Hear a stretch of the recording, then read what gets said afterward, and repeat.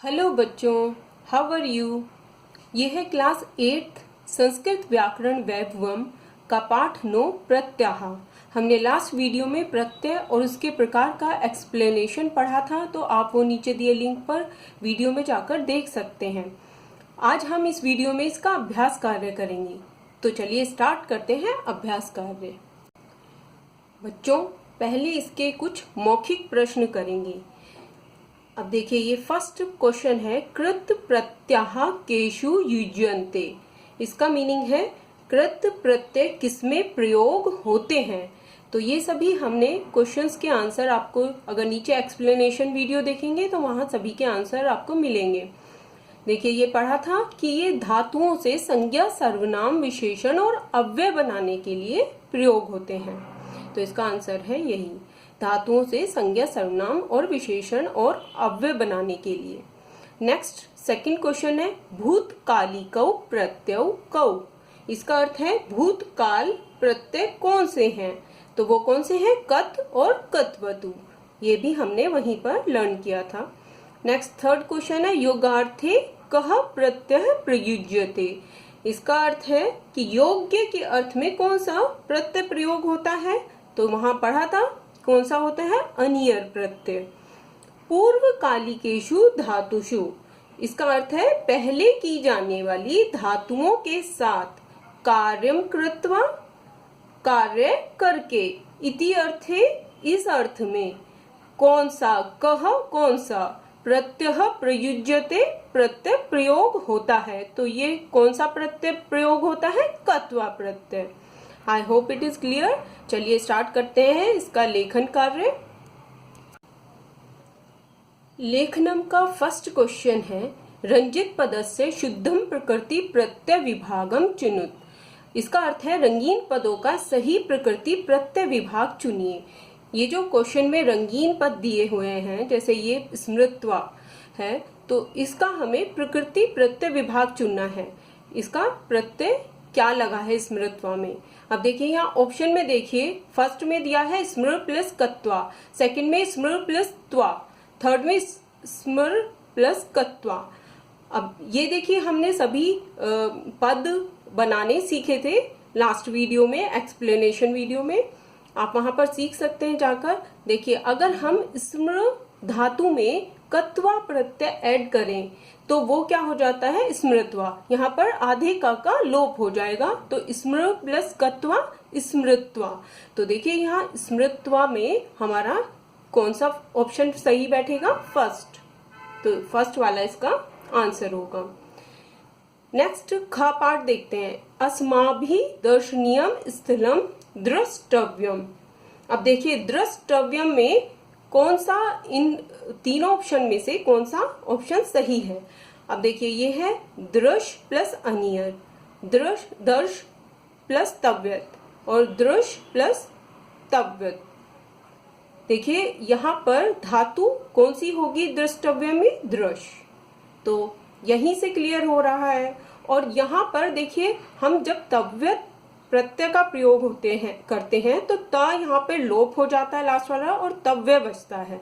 तो यहाँ पर ये दृष्टव्यम की आता है। यहाँ पर दृष्टव्यम, दृश प्लस तव्य अगर हम ऐड करेंगे तो ये क्या बन जाएगा, दृष्टव्यम। और दृष्टव्यम हमारा पद का कौन सा, नपुंसक लिंग का रूप है, क्योंकि स्थलम कोई भी जगह है वो नपुंसक लिंग होगी। तो इसका थर्ड ऑप्शन आंसर होगा। आई hope it is clear. Next ग पार्ट, माता भोजनम पक्वती। अब पक्वती में कौन सा प्रत्यय है। देखिए, यहाँ पर क्लियर है, आप देखेंगे ये स्त्रीलिंग है, इसलिए पक्वती यहाँ पर आया है। लेकिन ये कौन सा प्रत्यय है, कत्वतु।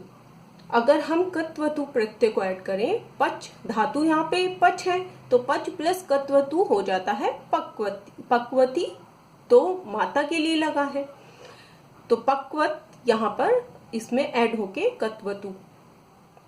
ये फर्स्ट इसका ऑप्शन आंसर होगा। नेक्स्ट है घ पार्ट, किम प्लस किम आदाय आगतः असि। तो आदाय में, ये जो रंगीन शब्द है, आदाय में हमारा कौन सा प्रत्यय ऐड होता है। तो यहाँ अगर देखेंगे, यहाँ पर देखिए आ हमारा क्या है, उपसर्ग है, और उपसर्ग जो होता है वो किस प्रत्यय में आता है, ल्यप प्रत्यय में। ये यहीं पर क्लियर हो जाता है। और अगर आप देखें तो बाद में या आ रहा है, अब ल्यप प्रत्यय में आधा ल और प का लोप हो जाता है और सिर्फ य बचता है, तो यहां से भी ये क्लियर है। तो इसका आंसर कौन सा होगा, सेकंड, आ प्लस दा प्लस ल्यप। I hope it is clear बच्चों। नेक्स्ट सेकंड क्वेश्चन है, उचित मेलम कुरुत, उचित मिलान कीजिए। अब देखिए यहाँ पर एक साइड में कुछ वर्ड्स दिए हैं और दूसरी साइड में हमें इन्हें मिलान करना है। तो वर्तमानम, वर्तमानम में देखिए वर्तमान क्या हो सकता है, काल, कालम। तो ये फोर्थ वाला इसका क का ऑप्शन का आंसर होगा। पठितः, अब पठितः यानी पढ़ा हुआ, तो पढ़ा हुआ क्या हो सकता है, देखिए पाठ, पाठ ही तो पढ़ा हुआ हो सकता है, तो ये ख फिफ्थ वाले का आंसर होगा। प्राप्ता, प्राप्त हुआ, तो यहां पर देखिए क्या प्राप्त हो सकता है, अब सफलता, गीतम, कर्म, तो यहां पर सफलता प्राप्त, तो यहां पर ग फर्स्ट में होगा इसका मिलान। श्रवणीयम, सुनने योग्य, योग्य अर्थ, तो सुनने योग्य क्या हो सकता है, गीतम, तो यहाँ पर घ इसका आंसर होगा। कर्तव्यम, कर्तव्यम मतलब होता है करना चाहिए, तो क्या करना चाहिए, कर्म, तो थर्ड वाला ड से मिलान होगा इसका। तो ये सभी इसके आंसर हैं बच्चों। थर्ड क्वेश्चन है, कोष्ठक गतेषु विकल्पेषु शुद्धम विकल्पम चित्वा रिक्त स्थानानि पूरयत। इसका मीनिंग है कोष्ठक में दिए गए शब्दों से सही विकल्प चुनकर रिक्त स्थान भरिए। यहाँ पर देखिए ये कोष्ठ में जो भी वर्ड दिए हैं इनसे चुनकर हमें यहाँ लिखना है। आप ये ध्यान से देखिए, आपको ये बहुत इजी लगेंगे। तत्फलम, अब देखिए फलम, हमें यहाँ पर क्लियर होना है कि ये कौन सा है, पुल्लिंग है, स्त्रीलिंग है या नपुंसकलिंग है। फलम, अगर फलम देखेंगे आप तो क्या है, ये नपुंसकलिंग में आता है। अब अगर ये रूप देखेंगे जो पुल्लिंग, स्त्रीलिंग और नपुंसकलिंग में, वो हमने एक्सप्लेनेशन वीडियो में पढ़े थे कि वो अलग अलग होते हैं तीनों के लिए। तो ये देखिए पतितः, पतिता, पतितम, पतितः पुल्लिंग के लिए होता है, पतिता स्त्रीलिंग के लिए और पतितम नपुंसकलिंग के लिए। तो यहीं पर क्लियर हो जाता है फलम है नपुंसकलिंग, तो इसके लिए क्या आएगा, पतितम। तो ये आपको बहुत इजी लगा होगा। नेक्स्ट पर जाते हैं, इयम कथा। अब यहाँ कथा के लिए हमें श्रोतव्य लिखना है, श्रोतव्य या फिर श्रोतव्यम, यहीं से आपको क्लियर हो रहा होगा। देखिए यहाँ पर श्रोतव्य आता है पुल्लिंग के लिए, श्रोतव्य स्त्रीलिंग के लिए और श्रोतव्यम नपुंसकलिंग के लिए। अब कथा क्या होता है, आप कथा को देखेंगे तो ये होता है स्त्रीलिंग, ये आता है स्त्रीलिंग में, फलम आता है पुल्लिंग में, आप इनको नोट कर सकते हैं। तो देखिए कथा है स्त्रीलिंग में, स्त्रीलिंग के लिए क्या आएगा, श्रोतव्य। तो ये बहुत इजी है, इस तरह आप इनको फिल कर सकते हैं। नेक्स्ट थर्ड होगा अयम विषयः। अब आपको पहले तो क्लियर होना चाहिए कि विषयः क्या है, क्या है ये, पुल्लिंग है, स्त्रीलिंग है या नपुंसकलिंग है। विषय होता है नपुंसकलिंग, तो ये आपको क्लियर करना है कि ये कौन सा आता है, स्त्रीलिंग आता है या नपुंसकलिंग। अब देखिए यहाँ पर जाएंगे, तीनों शब्दों को देखते हैं। पठनीय है, पठनिया, पठनियम, ये पुल्लिंग पठनीय पुल्लिंग के लिए आता है, पठनिया स्त्रीलिंग के लिए और पठनिया नपुंसकलिंग के लिए। तो यहाँ पर ये विषय नपुंसकलिंग है, तो हमारा यहाँ पे क्या भरा जाना है, पठनियम। बच्चों आपको ये सभी क्लियर होगा। बच्चों चलते हैं इसके घ पार्ट पे। सह भयेन, यहाँ पर हमें फिल करना है। अब देखिए कंपितवत है, कंपितवती है और कंपितवान है, तो यहाँ पर वही रूल फॉलो करेंगे कि हम देखेंगे यहाँ पर क्या है, ये पुल्लिंग है, स्त्रीलिंग है या नपुंसकलिंग है। सह सबको पता है क्या होता है, पुल्लिंग। तो अब देखिए यहाँ पर कि क्या इन तीनों शब्दों में से क्या पुल्लिंग के लिए आता है, क्या स्त्रीलिंग के लिए और क्या नपुंसकलिंग के लिए। तो आप यहाँ पर क्लियर होना चाहिए, ये आप एक्सप्लेनेशन वीडियो से समझ सकते हैं। तो कंपितवान आता है पुल्लिंग के लिए, तो यहाँ पर क्लियर हो गया कि यहाँ पर क्या आएगा, सह भयेन कंपितवान।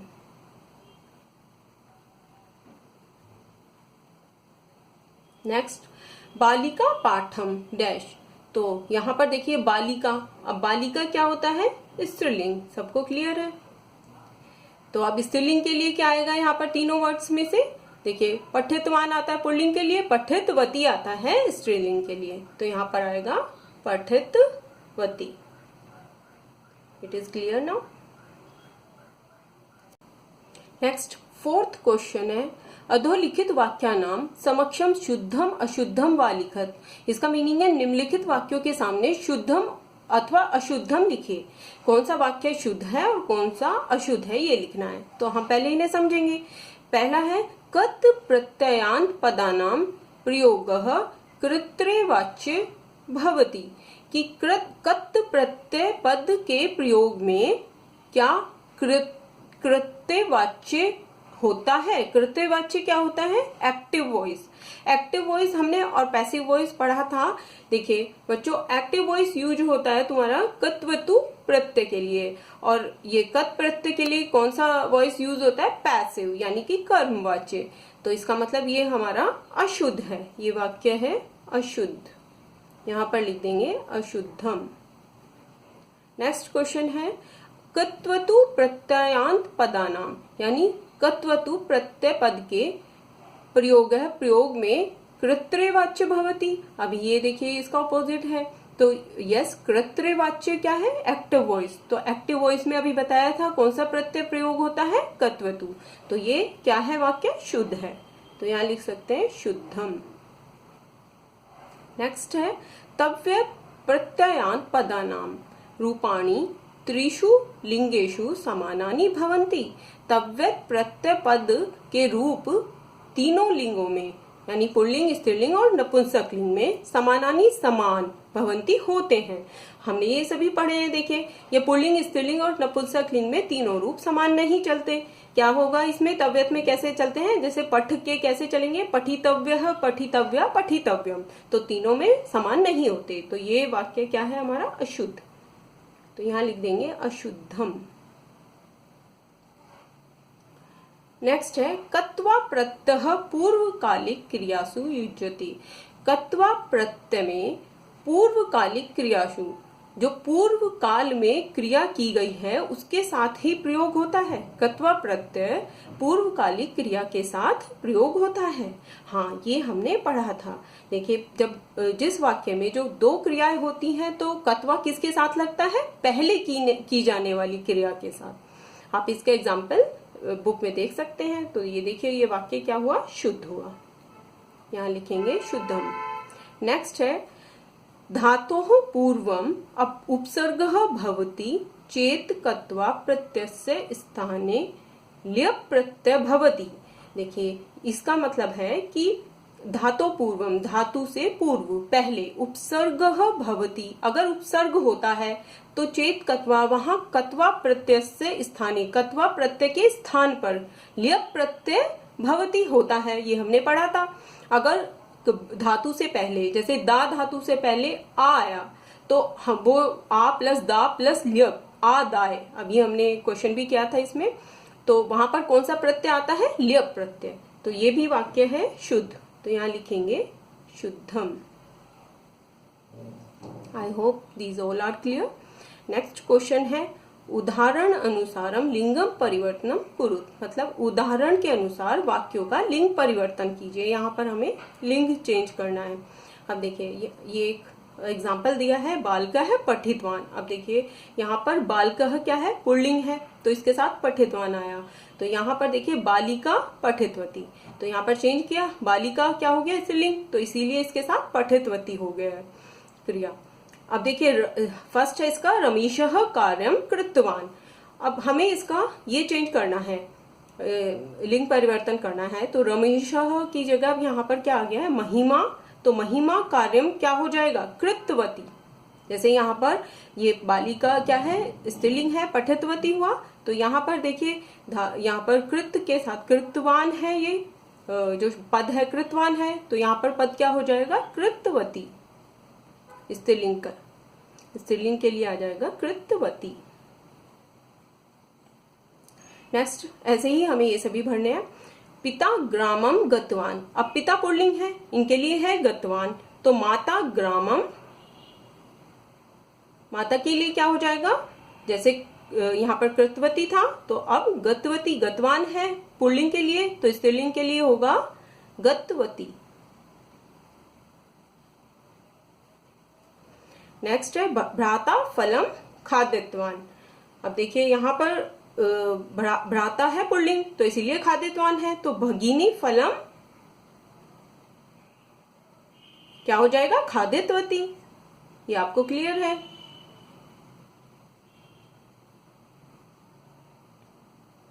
नेक्स्ट है अहम चलचित्रम दृष्टवान। यहां पर देखिए दृष्टवान, ये जो अहम है ये क्या कौन है, पुल्लिंग है तभी दृष्टवान आया, तो सा चलचित्रम, सा स्त्रीलिंग है तो अब ये हो जाएगा हमारा दृष्टवती। पद का रूप चेंज हो जाएगा दृष्टवती। नेक्स्ट लास्ट है चिकित्सक रोगिणम रक्षितवान। अब ये चिकित्सक क्या है, पुल्लिंग है तो तभी रक्षितवान आया है, तो चिकित्सक का रोगिणम रक्षितवती, स्त्रीलिंग के लिए क्या हो जाएगा, ये रक्षितवान रक्षितवती।